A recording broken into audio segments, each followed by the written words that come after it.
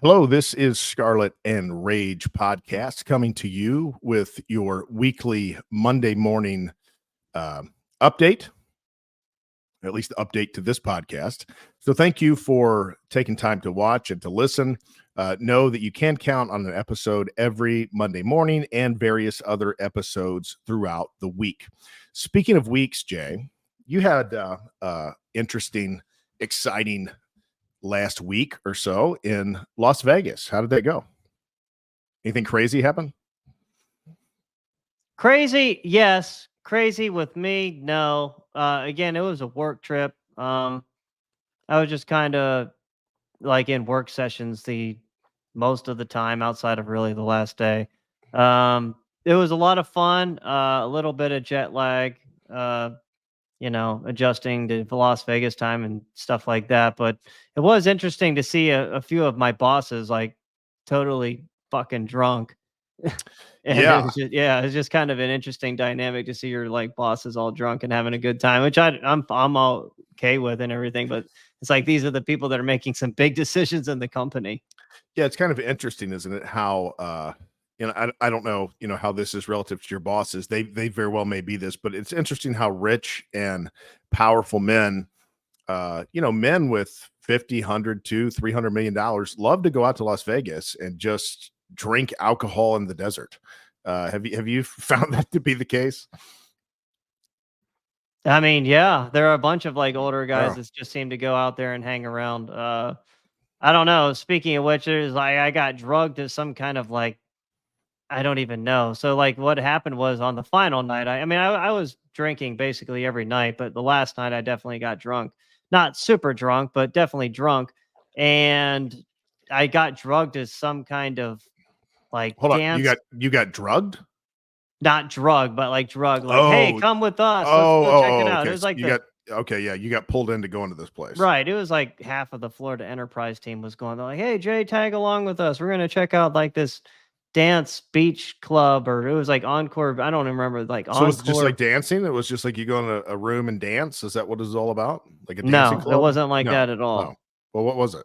It was like bunch of people just kind of hanging out, like they're all in like beach attire because like there was a swimming pool in the middle and they had music playing and nobody was really dancing. And I don't know. I really like things like that. I just don't understand the point of why people go and do those things and So all of that. you didn't think the beach club was that cool?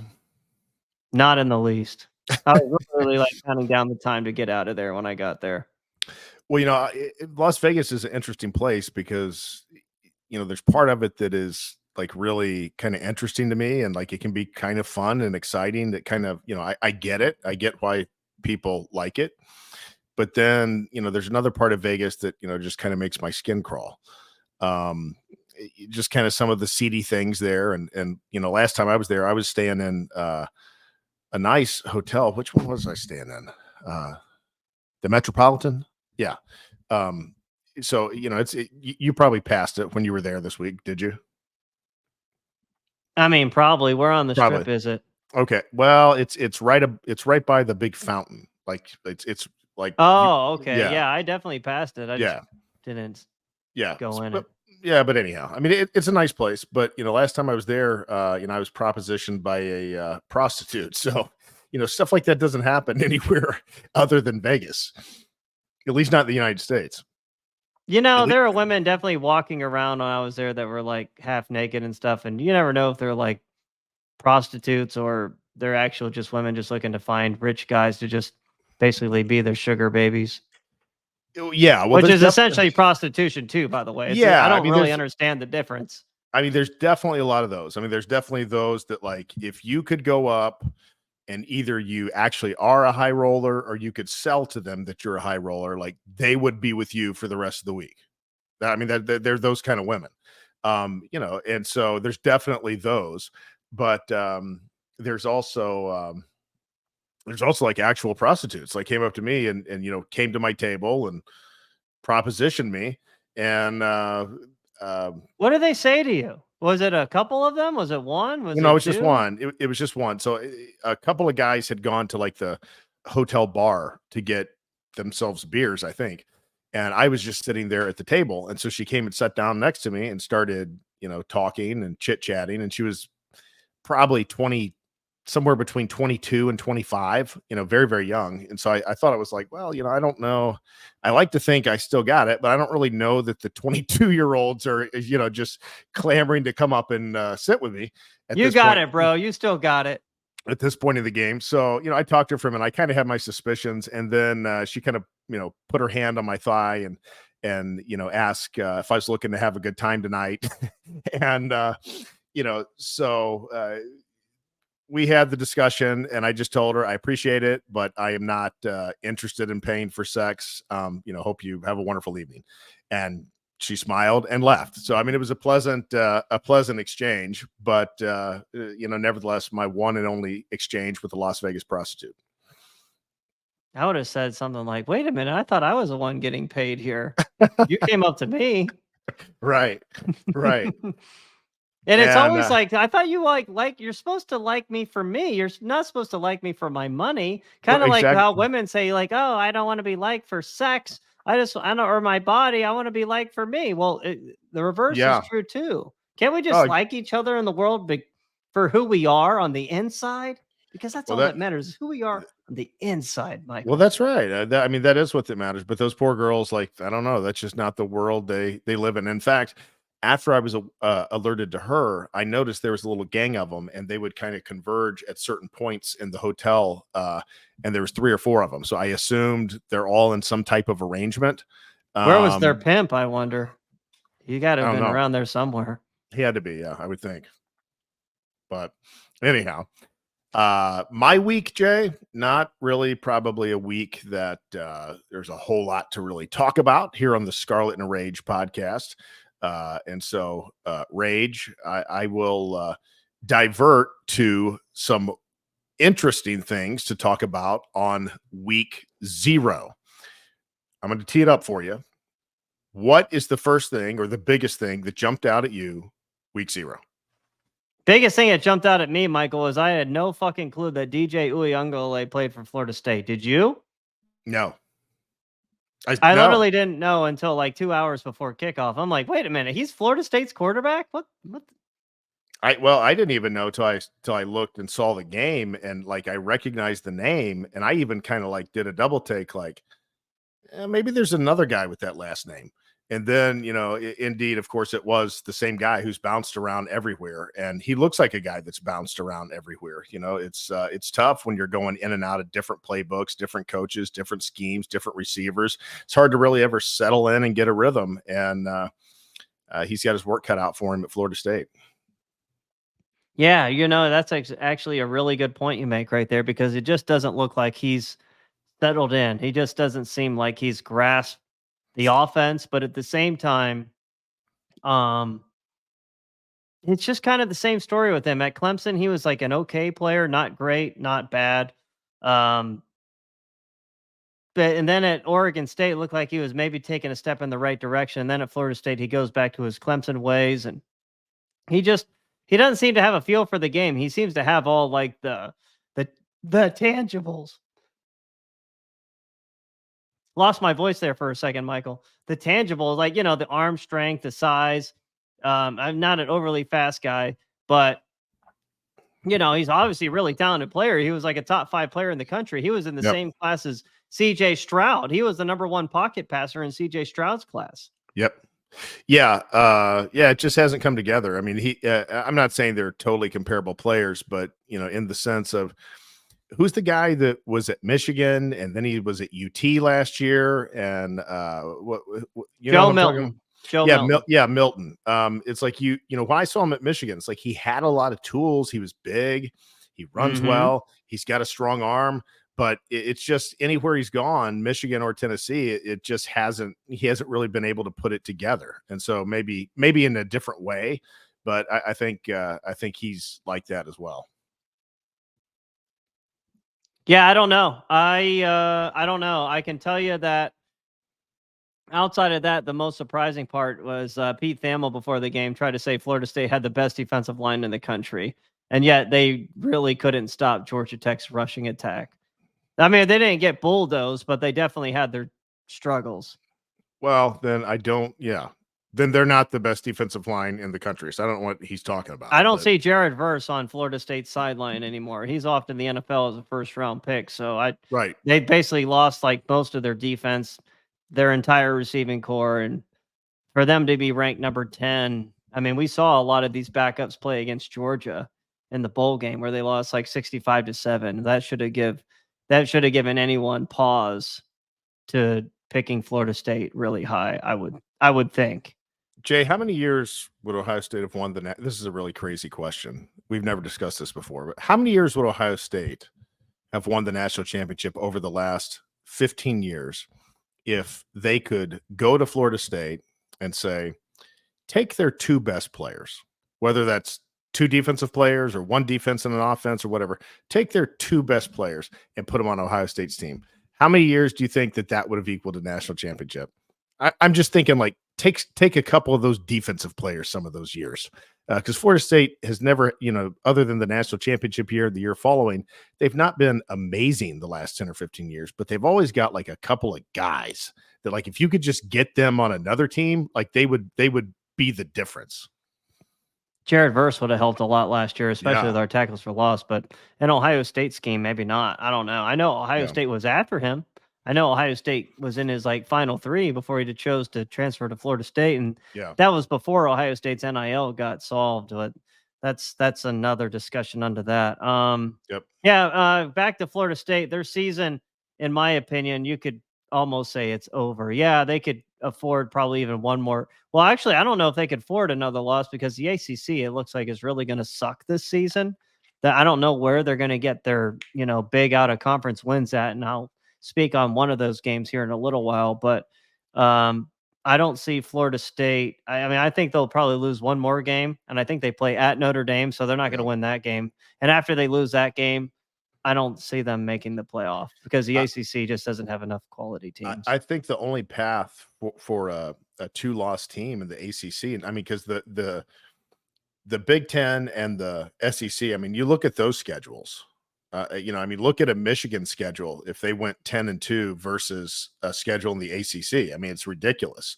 And I'm sure there's some really strong schedules in the SEC this year as well. But if you went 12-0, or if you went 11-1 and went to the ACC championship game and got beat and ended up 11-2, I think under that scenario, a two-loss ACC team could get in. But I don't think you're just going to go 10-2 in the regular season in the ACC and have a real great chance to get in. Well, I mean, we need to watch, the first couple of weeks and find out who's good in the ACC. I have no idea. I think Clemson's going to be really good. I think I thought Florida State was going to be solid, but that's not true. Outside of that, could be Clemson, Rage. It might be Clemson and Clemson. Yeah, Clemson by themselves. Yeah, I wouldn't say there's any other ACC team that completely sticks out as a team that is like a true title contender or anything like that. But I don't know. I don't know. I if I were to guess, their season's over because they're going to lose to Notre Dame. Once they lose to Notre Dame, I don't see them making the playoff, but I guess if they win the ACC, but if they went 10-2 and lost to Notre Dame and then went on and won the ACC, of course they get an automatic bid. But what I'm saying bid. is, I don't think they would be the best team in the ACC. If they somehow man, oh man, that's bad news for the ACC.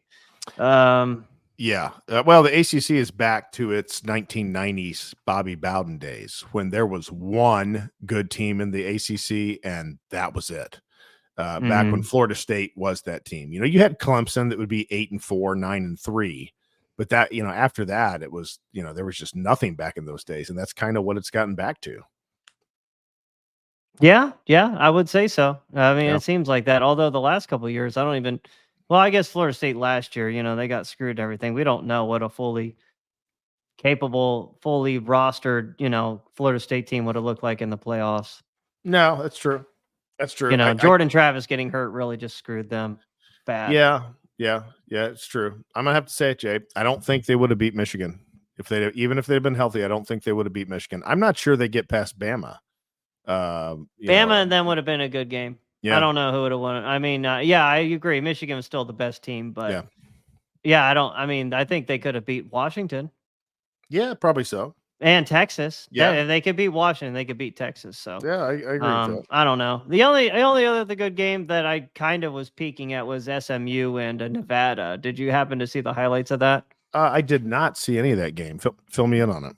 It was, I mean, I had it on like CBS Sports late at night, and the SMU is essentially down by 2 touchdowns on the road heading into the fourth quarter, and they came back and won.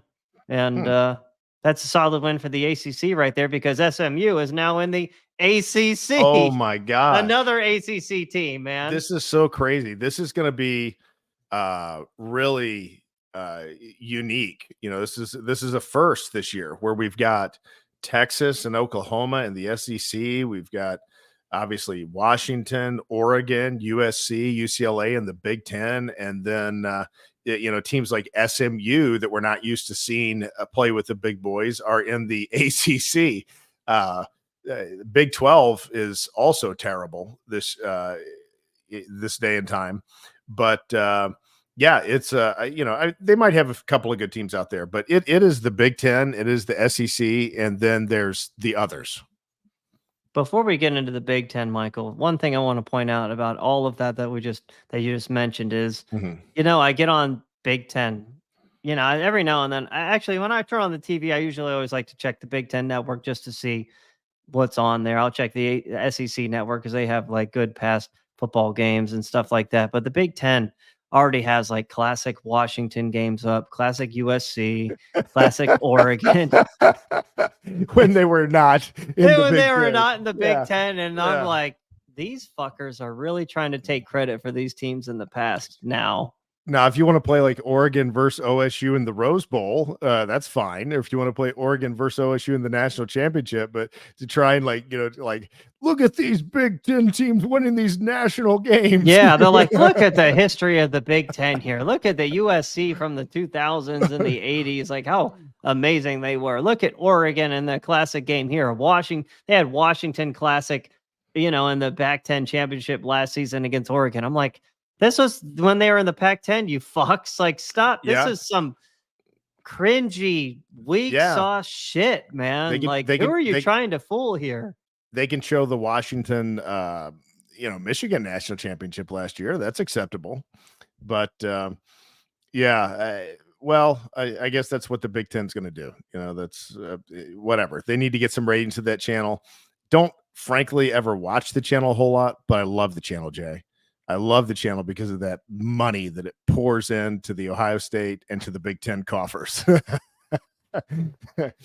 So I hope the money's Big Ten not giving us a lot of titles, unfortunately, but at least we got one last year. That's true. That's true. Yeah, Big Ten did get a title last year. So the Big Ten's got 3 titles since 1998. Is that right? 2 for the Buckeyes and 1 for Michigan. That's correct. Yeah. So, should be better. It should be better. There should have been 4 or 5. Yes, I would agree. And I think in the next 25 years, I think there will be 4 or 5 Big Ten national champions. That sounds like a topic for another episode, Michael. Yeah, I think so. Michael, Ohio State has a game this week against Akron, the University of Akron Zips, my old hometown. Yeah. Not an exciting game. I don't think that's not at all. What comes to mind about this game? What do you want to see? What comes to mind is I want to see Will Howard putting passes right on the money. Like, of course he's going to get yards. Of course he's, going to hit receivers, but I want to see him putting it right on the money. And if he scrambles, I want to see what kind of speed this guy's got, what kind of moves he's got, what kind of ability with his feet does he have? Because obviously Akron is not going to be the fastest, most aggressive D that he's going to play this year. I tell you what, Michael, I don't want to see Will Howard running. If he's having to run against Akron, that's actually a poor. Well, that's a good point. I want to see him just throwing. And honestly, if there ever comes a time and that he has to run, unless like Akron is sending like 7 guys, like he shouldn't ever be running. Well, I just want to see him throw and get that's a good point. And warmed up.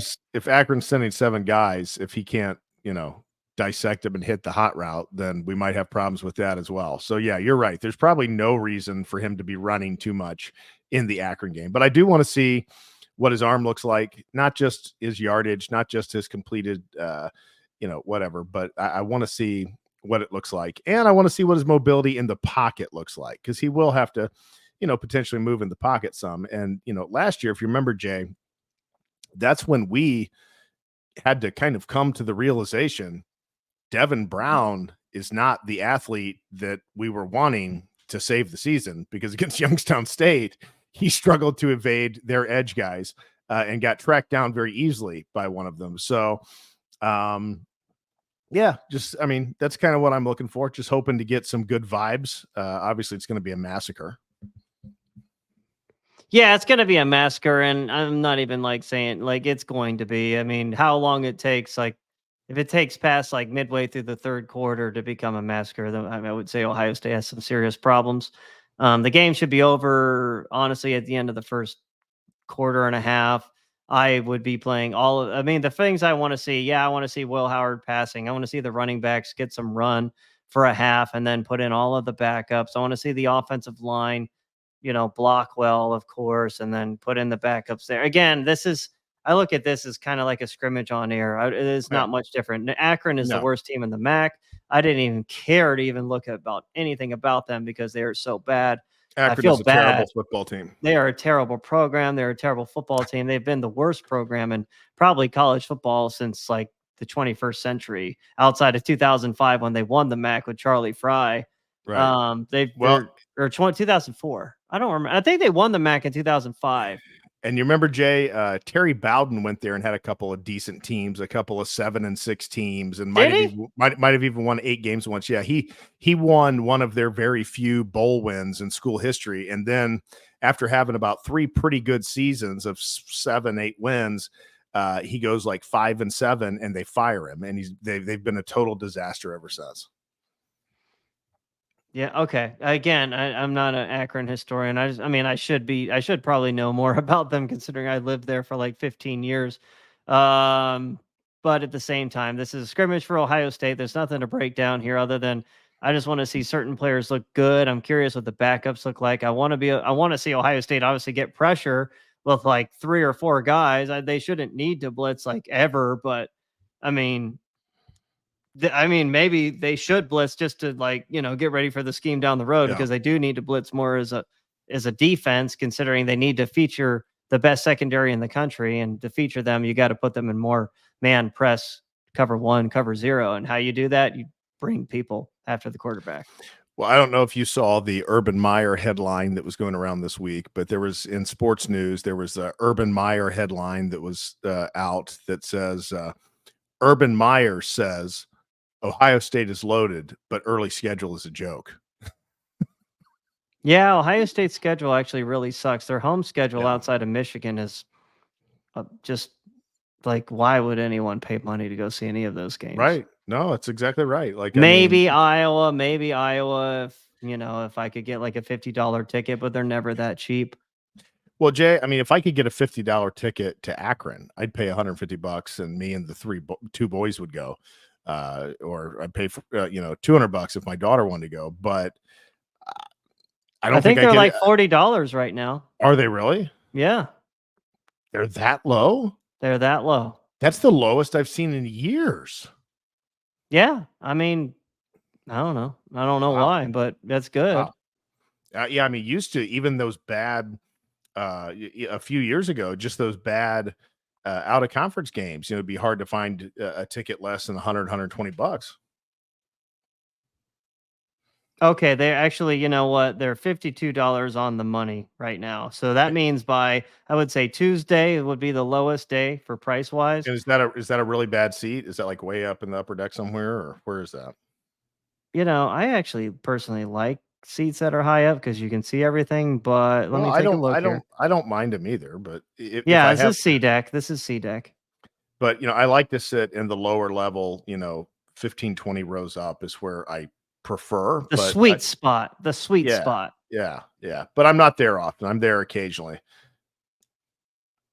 Yeah. So yeah, I don't know. I mean, you could go, Michael. You could go, and maybe you could film like a little live, session of Live yourself inside the stadium. the live Bucknuts thing. Well, Jay, maybe I don't know if it'll happen this year, but maybe by next year we will be able to do some type of on location podcast from a game.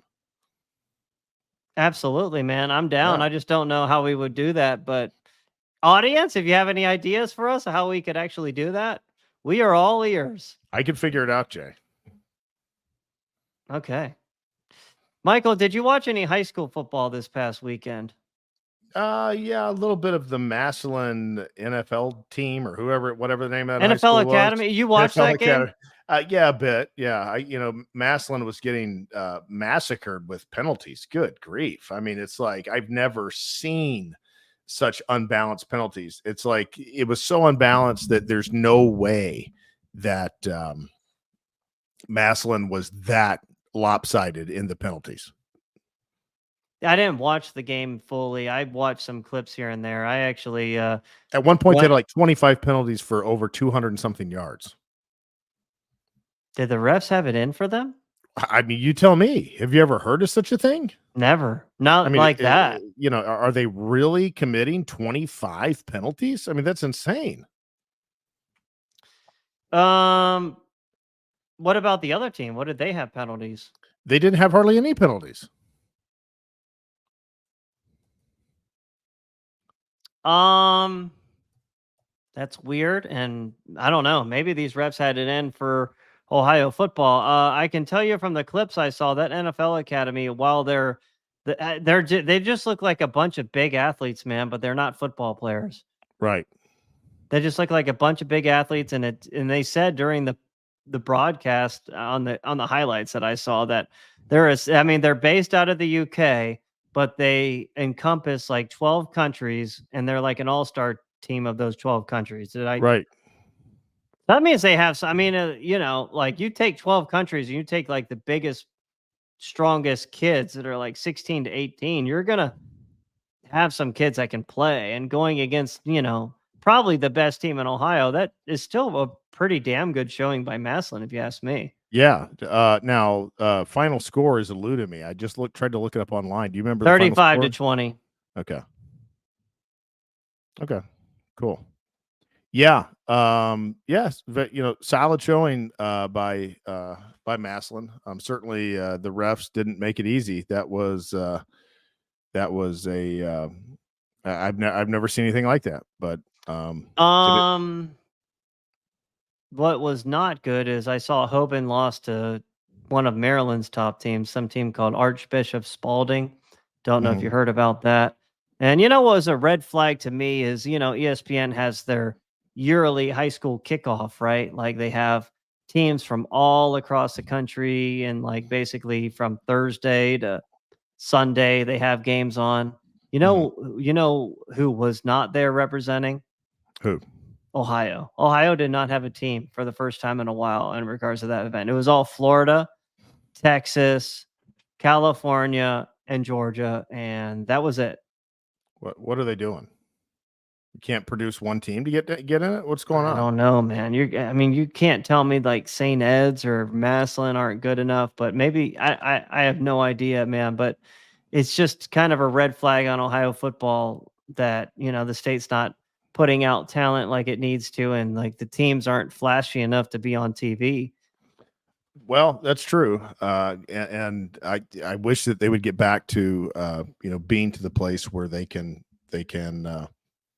have those teams back on those big national games. But, I'll say that I have been pretty involved in the Cincinnati area high school football. And I'll tell you, there is a lot of guys in the area that are getting offered Division I scholarships, multiple Division I scholarships, Power 5 Division I scholarships. So to me, that's a positive sign that I'm seeing that here in the Cincinnati area.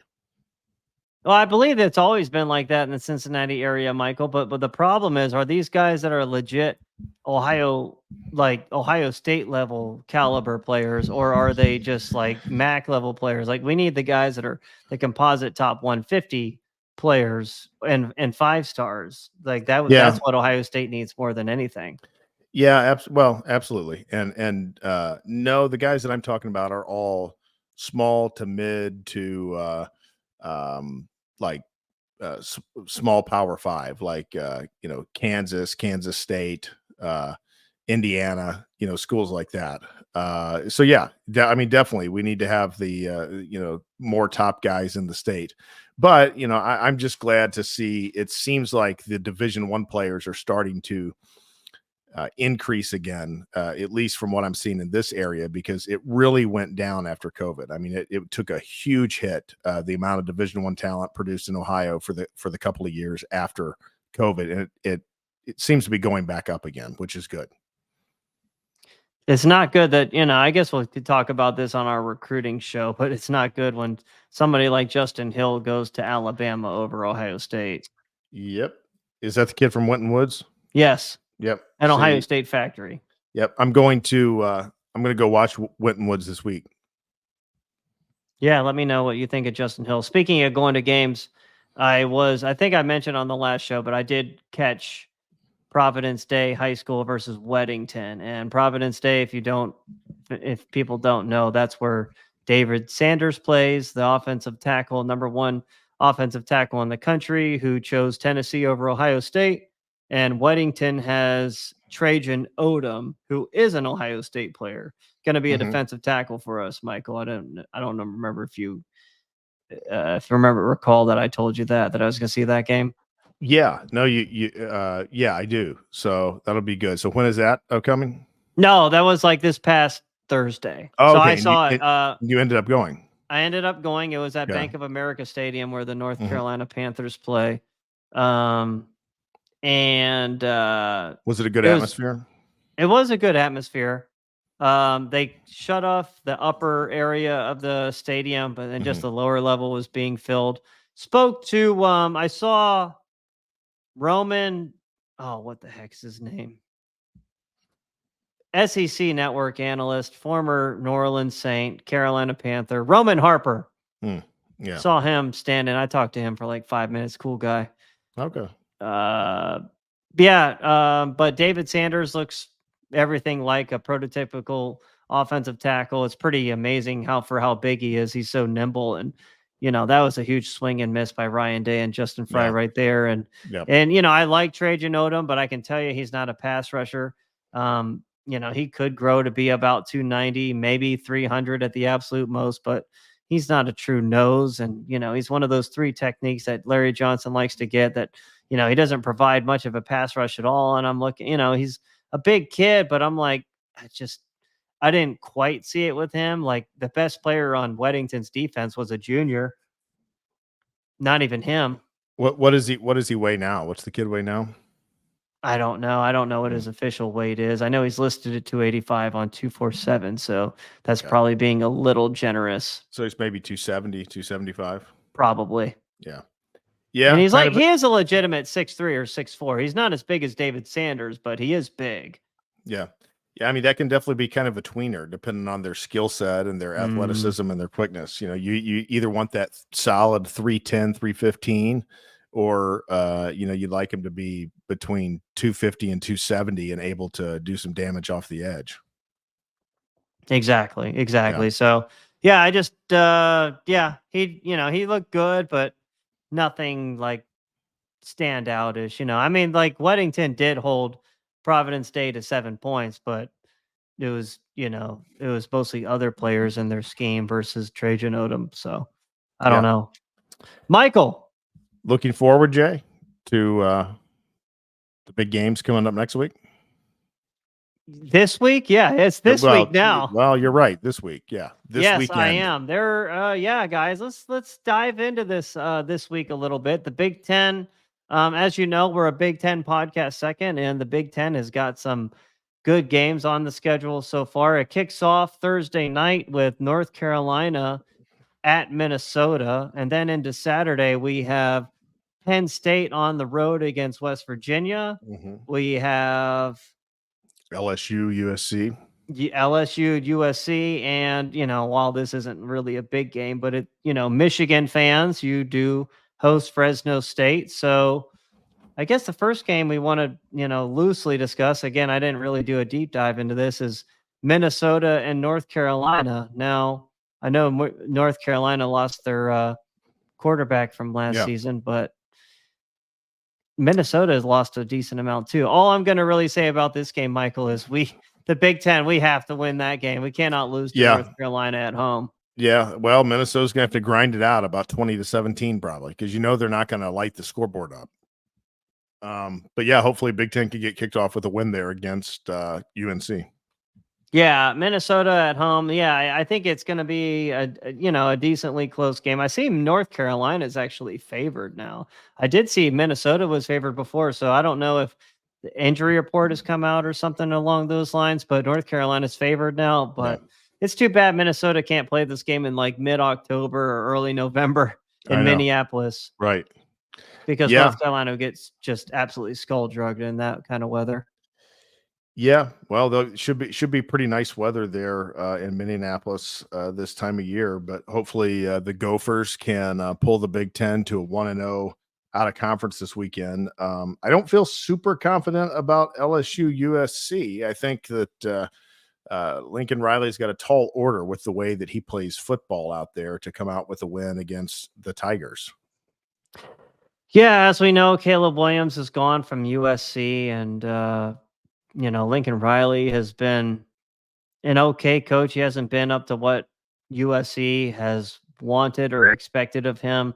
Right. They still do have the dynamic player and probably the fastest wide receiver in the country, and Zach Branch from Bishop Gorman High School. And we know like USC's skill is great, but I just don't know about their offensive line. I don't know about their quarterback. What I can tell you about LSU is I understand that Garrett Nussmeier, the guy who's kind of like split time with the name is escaping me now. The LSU quarterback just won the Heisman. He's with the Redskins. Jaden Davis. No, it's not Jaden. It's not Jaden Davis. It's Jaden Daniels. Jaden Daniels. That's right. Yeah. Jaden Davis is a quarterback, went to Michigan. Mm-hmm. That's right. Garrett Nussmeier, I almost consider him like a starter. Like he basically started a few games for LSU in the past. He did well against Georgia 2 years ago in the SEC championship game. He was their quarterback against Wisconsin in the bowl game. I know he's not listed as a starter, but he is a starter in my book. Now, looking at LSU, they lost a lot, but they do bring back a lot of guys along the offensive line, and Harold Perkins, like one of those edge guys.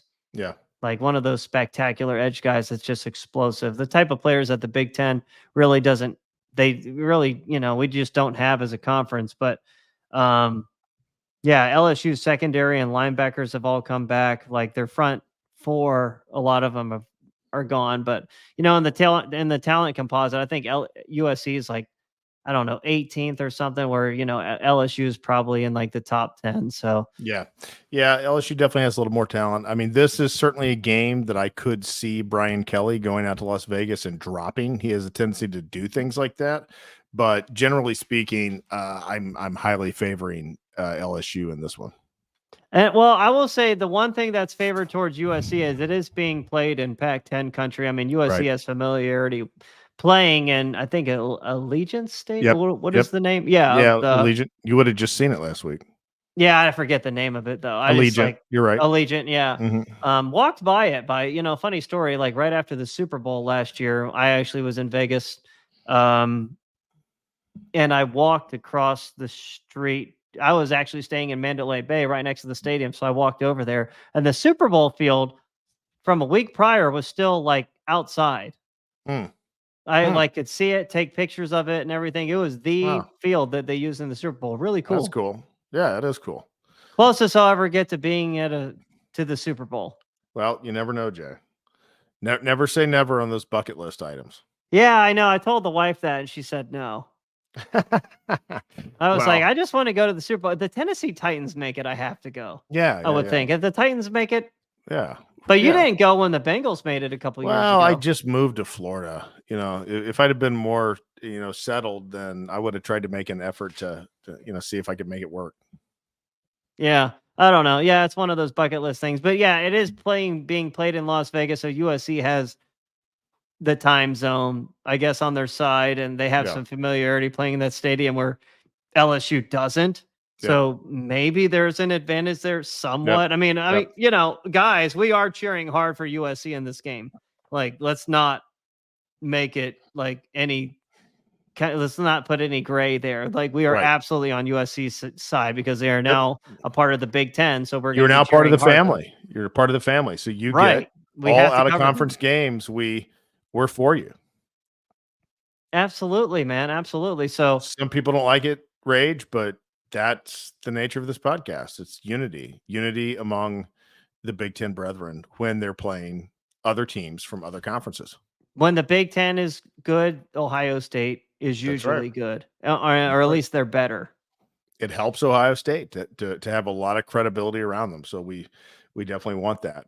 Now, a game, Jay, that I'm not really concerned with, I think they're going to handle it, is Penn State on the road in the great state of West Virginia. I think Penn State's going to come away. I don't know that it's going to be like a blowout or anything, but I think they're going to come away like 28 to 30, maybe 30 to 17 or something like that, 30 to 14.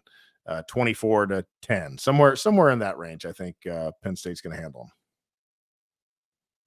I hope you're right, Michael, but I think I disagree with you. Do you? I do.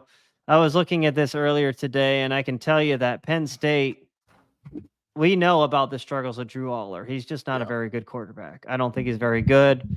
I don't know. He's not very good. And Penn State. No, he's not fantastic. And I'm looking at West Virginia. They were actually a pretty good team last year. They hung around with Penn State at Penn State. They bring a lot back, whereas Penn State, we know their struggles on offense. Yep. They lost like their entire offensive line, all of their best linemen on offense, on top of Drew Aller already struggling. And Nicholas Singleton might be the best running back in the country, but how good is he really if he has nowhere to go? I mean, this is on the road in Morgantown. It's going to be a crazy atmosphere. Those hillbillies in West Virginia are fucking crazy. Well, you've persuaded me, Jay. You haven't persuaded me that Penn State's going to lose, but you persuaded me it's probably going to be closer than I was saying. I would say 24 to 20. I would say it's a 50-50 game, and Penn State is absolutely on upset alert. Yep. I'm going to be cheering for Penn State. I really don't like West Virginia because their fans absolutely despise Ohio State more so than anything. And over time, I actually kind of like West Virginia for a while. My mom's side of the family is from there and everything. But as time goes on, they really hate Ohio State. And I was just, after a while, getting sick of the disrespect and stuff they show towards Ohio State. And I'm like, you know what? Fuck you guys. I don't like you either, you stupid fucks. Yeah, I had a college class with a guy years ago that he wanted to get up all the time talking about West Virginia football. Like it was just, just almost like delusionally. Like they're such an amazing program, and they're a solid program. They've had some good teams through the years, but certainly Penn State is the better program. Will they be the better team? We will find out this weekend. What I really like about Penn State, though, is, they did lose some guys in the secondary. They did get Jaheim Singletary, the transfer from Georgia. They also bring back Abdul Carter at linebacker. He's a beast, but he's going to be playing more edge this year, if you remember him. So that's somebody that's going to be, a lot of fun to watch. Katron Allen is their backup running back. Julian Fleming, Michael, is a Penn State Nittany Lion now. Yes, I know. Maybe Julian can do something out there. God knows they need a wideout. Yeah, and Penn State's best receiver from last year transferred to Auburn. So they definitely experienced a net negative at the wide receiver position there. So just a concerning game. Definitely going to be cheering hard for Penn State. It's going to be a really hard one, though. It's going to be a tough one to win. Yeah. Yep, I'll be watching it. And we'll discuss it. We'll discuss it next week. Michigan fans, what are we looking forward to against Fresno State Saturday night? I mean, obviously we know about your team and what you guys really don't bring back on offense at all, but defensively, you're arguably going to have the best defense in the country. But Michael, do you have any thoughts on Michigan against Fresno State, or I'm expecting Yeah. I'm expecting them to win, but I'm expecting to see kind of a slow start on offense, maybe like a 20-7 type of win, 23-7, something like that. Maybe they'll surprise me, but that's kind of what I'm looking for. That's what I'm expecting anyway. Yeah, I'm really curious about Alex Orgy and his passing ability. We shouldn't need to see him run against Fresno State because this is a warm up for Texas. Like Michigan Mhm. fans, we told you, and it's coming. We're going to be doing a preview of the Michigan Texas game, and that's a game we have to really win. We cannot lose that game. But this should be Alex Orgy getting comfortable, learning. I mean, I guess he should already know the offense, but just against an opposing team, bringing pressure, like getting the ball out, just getting comfortable in your reads, and um, just getting prepared for Texas. Man, this game is all about just preparation for Texas in my eyes. Yeah, I mean, Michigan fans, if you guys beat them like 45-3, then you can rub it in my face that I said you were going to win 23-7. But we'll see how that goes. They got their notice of allegations today, Michael. Apparently, so it got Yeah, reported. I don't know that's anything about what. yeah. Well, I'll look into that, and you can look into that, and we can talk about it a little bit on the next episode. But anyhow, Jay, I think that's a wrap. You got anything else to add? Just touch on Georgia and Clemson. That I would say Okay. that's, just outside of the Big Ten, that's the biggest game of the weekend. It's being played at Mercedes-Benz Stadium there in Atlanta, which is a beautiful, beautiful stadium. I would encourage anyone that, if there's an event there, I would say a sports event, not a soccer game, but definitely football, NFL, or college. If there's something there, you want to experience it. But that's a game I'm going to be cheering for Clemson in. I don't think they're going to have much success, but if there's one thing I know about Dabo Swinney, he usually, like in these games, he doesn't usually get blown out. They'll put their best effort out there, and it wouldn't surprise me. I'm not saying they're going to win, but it wouldn't surprise me if they're very competitive with Georgia late in the fourth quarter. This is one area where I might be okay with the Dabo Swinney win. Oh yeah, absolutely. Yeah, I'm definitely cheering for Clemson. I'm not going yeah, to mix my words there. I mean, we know. absolutely. I think most people know our disdain and hate for Georgia. We really can't stand them. Yeah, love to see him go down to Dabo. Even though I'm not a big Dabo fan, I think the guy's a total cornball. I am a Dabo fan, man. Are you He really? speaks. I am. I am a Dabo fan. A lot of what he says is all true. He usually rubs people the wrong way, but I rub people the wrong way. Okay, all right. Jay's a Dabo fan. I am a Dabo fan, man. Rage is a Dabo fan. Yeah. I did not know that.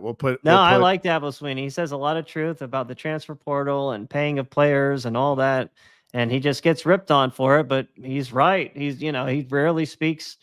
The only thing that he ever really said was, and I understand a little bit where he's coming from. He was saying that Ohio State was ranked. He would rank them like 13th or something. Remember that a Yeah, couple years ago before we yeah, smacked them?